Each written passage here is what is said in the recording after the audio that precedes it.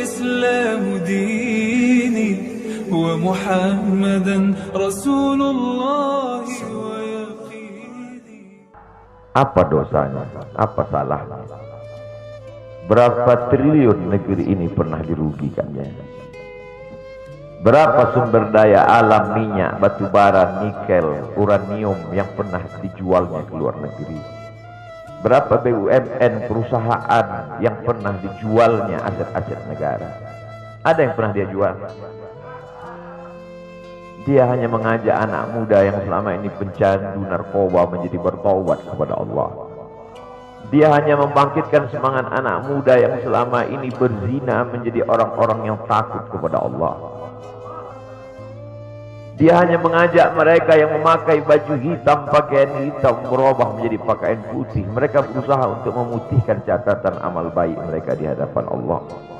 Dia hanya menyadarkan umatnya supaya sadar bahwa politik itu penting. Angkatlah pemimpin yang adil dan amanah. Dia hanya sedang mengajak umatnya supaya jangan memilih pemimpin kafir. Salahkah perbuatannya? Tidak. Dia tinggal negara demokrasi. Dalam dunia demokrasi, siapapun berhak untuk mengajak menyuarakan kebenaran. Dia tidak melawan sultan. Dia tidak melawan ulil amri. Dia tidak melawan siapapun. Dia hanya melawan ketidakadilan. Hari ini saya berangkat setelah sholat subuh menuju airport, naik pesawat. Setelah naik pesawat, naik mobil. Setelah naik mobil, jalan macet, saya mesti turun naik sepeda motor. Setelah naik sepeda motor pun juga tidak bergerak, jalan kaki. Akhirnya sampai kemari. Dalam hati saya berkata, celaka betul orang yang mengatakan kemarin katanya tidak ada akan menyambutnya. Sudah 3 hari, saya pikir 3 hari tidak ada orang lagi. Saya akan datang bisa duduk berdua dengan beliau. Saya tidak datang mau ceramah, saya tidak datang mau tausiah, saya tidak datang mau tablik akbar. Ternyata yang menyambutnya seramai ini, sebanyak ini, orang berjalan kaki, anak-anak muda berjalan kaki, orang tua, ibu-ibu duduk di pinggir jalan. Apa yang membuat mereka datang kemari? Satu, cinta. Lahu baru ni'aliha ahabbu ilayya wa asfadi balwaha, kata Qais. Debu yang menempel di sandal Laila lebih dapat menghilangkan rasa sakit dan duka. Hanya cinta kepada Laila, apalagi cinta kepada zuriat Nabi Muhammad sallallahu alaihi wasallam.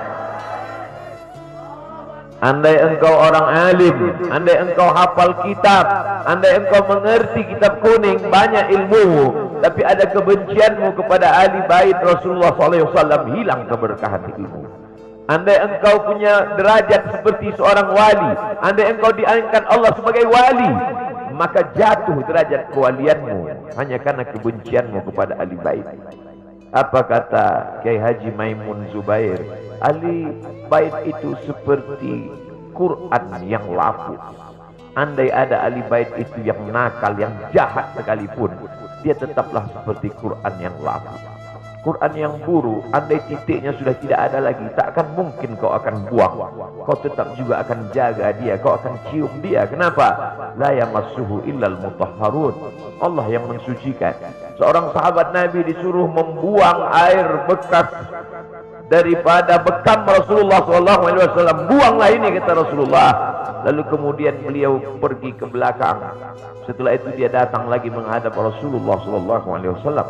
Rasul tahu apa yang dia lakukan, karena Nabi dapat wahyu.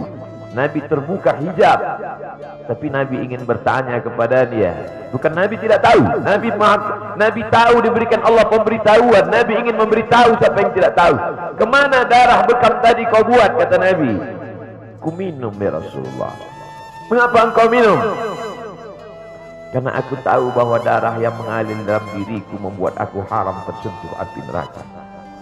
Mengalir darah itu dari dia kepada Sayyidatuna Fatimah, dari Fatimah kepada Sayyidina Al-Hasan, dari Sayyidina Al-Hasan ada juga kepada Sayyidina Al-Husain, dari Sayyidina Al-Husain kepada Sayyidina Ali Zainal Abidin, dari Zainal Abidin kepada Sayyidina Muhammad Al-Baqir, dari Sayyidina Muhammad Al-Baqir mengalir darah itu kepada Sayyidina Ja'far Sadiq, dari Ja'far Sadiq mengalir kepada Sayyidina Ali Al-Uraidi, dari Ali Al-Uraidi mengalir darah itu kepada Sayyidina Muhammad An-Naqib, dari Muhammad An-Naqib mengalir darah itu kepada Sayyidina Isa, sampai kepada Sayyidina Ahmad bin Isa al-Muhajir, lalu kemudian darah itu mengalir kepada Imam As-Saggaf, Al-Idrus, Al-Haddad, Al-Abbas, dan salah satunya adalah bin Syihab, dan salah satu dari zuriat bin Syihab itu adalah Sayyidi Al-Imam Al-Akbar Al-Habib Muhammad Rizik Syihab. Kalau mau hidup tenang, beliau sudah tenang dengan anak menantunya, dengan cucunya, dengan ilmunya. Beliau meraih gelar LC dari Universitas Imam Muhammad Ibn Saud. Dia cukup dengan majlis-majlis maulidnya cukup. Mengapa dia bersusah payah? Mengapa dia mesti kena fitnah? Dia hanya mengikut darah Sayyidina Al-Husain. Kalau mengikut Sayyidina Al-Hasan lembut, mengikut Sayyidina Al-Hasan lembut sentuhannya. Maka para ahli bait ini mengikut dua aliran, Sayyidina Al-Hasan dan Sayyidina Al-Husain. Kedua-duanya saya cintai. Habaib yang mengikut Sayyidina Al-Hasan, saya datang, saya cium tangan mereka, saya bersilaturahim, lembut gaya mereka.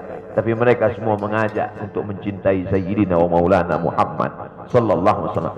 Tapi ada yang seperti Sayyidina Al-Husain, menggelegar suaranya, dia hunuskan pedangnya untuk musuh-musuh Allah. Keduanya adalah sama-sama diridhai Allah. Innal Hasan wal Husain sayyida syababi ahli jannah. Yang mencintai Sayyidina Al-Hasan, mencintai Sayyidina Al-Husain, yang mencintai zuriat mereka, keturunan mereka, maka dengan cinta itu bekal kita menghadap Rasulullah sallallahu alaihi wasallam. Andai aku dihadapkan nanti menghadap Allah, tahajudku tak sebanyak Imam Ahmad bin Hanbal, 300 raka'ah fil yaumi wal lailah, 300 rakaat sehari semalam. Andai aku dihadapkan kepada Rasulullah sallallahu alaihi wasallam, maka jihadku tidak sebanyak Sayyidina Khalid ibn al-Walid. Setiap jengkal kulitnya, setiap tetes darahnya tak lepas daripada tebasan tombak, anak panah dan pedang. Andai aku dihadapkan kepada Sayyidina Maulana Muhammad sallallahu alaihi wasallam, amalku tak sebanyak Abdurrahman ibn Auf. Lalu apa bekalmu, hai Abdul Somad? Adakah ceramah-ceramahmu itu bisa kau jadikan bekal menghadap Allah? Tidak. Sebagiannya sudah diambil oleh tatapan mataku melihat berapa subscriber, follower, dan viewer. Abdul Somad mungkin habis amalnya sudah riya. Satu-satunya yang akan kujadikan bekal menghadap Rasulullah hanyalah aku pernah mencintai keturunanmu. Aku pernah mencintai zuriat.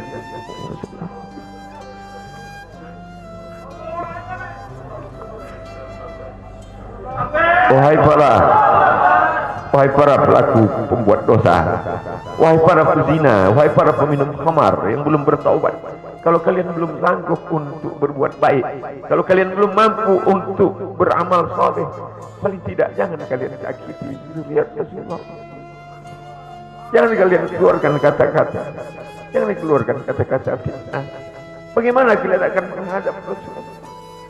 Bagaimana kalian akan menghadap Rasulullah? Pada saat itu seluruh umat berkumpul menghadap Nabi Adam alaihissalam. Kami tidak sanggup berdiri di padang mahsyar ini, wahai Adam. Menghadaplah kepada Allah. Kata Adam, aku tidak sanggup menghadap Allah, karena dulu Allah berkata, la taqraba hadhihi syajarah, jangan kau dekati pohon kuldi ini, tapi aku malah memakannya, ya Allah. Mereka datang menghadap Nabi Nuh alaihissalam.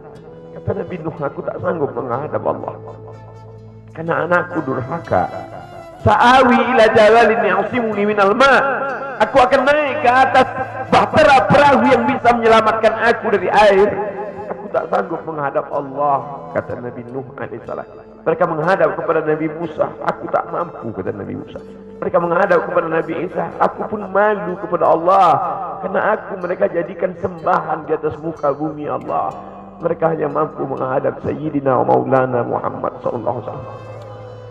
Wahai para peminum khamar, wahai para pezina, wahai para pelaku dosa, kalau kalian belum mampu beramal soleh, belum mampu bertobat, paling tidak jangan kalian zina zuriat Rasulullah SAW.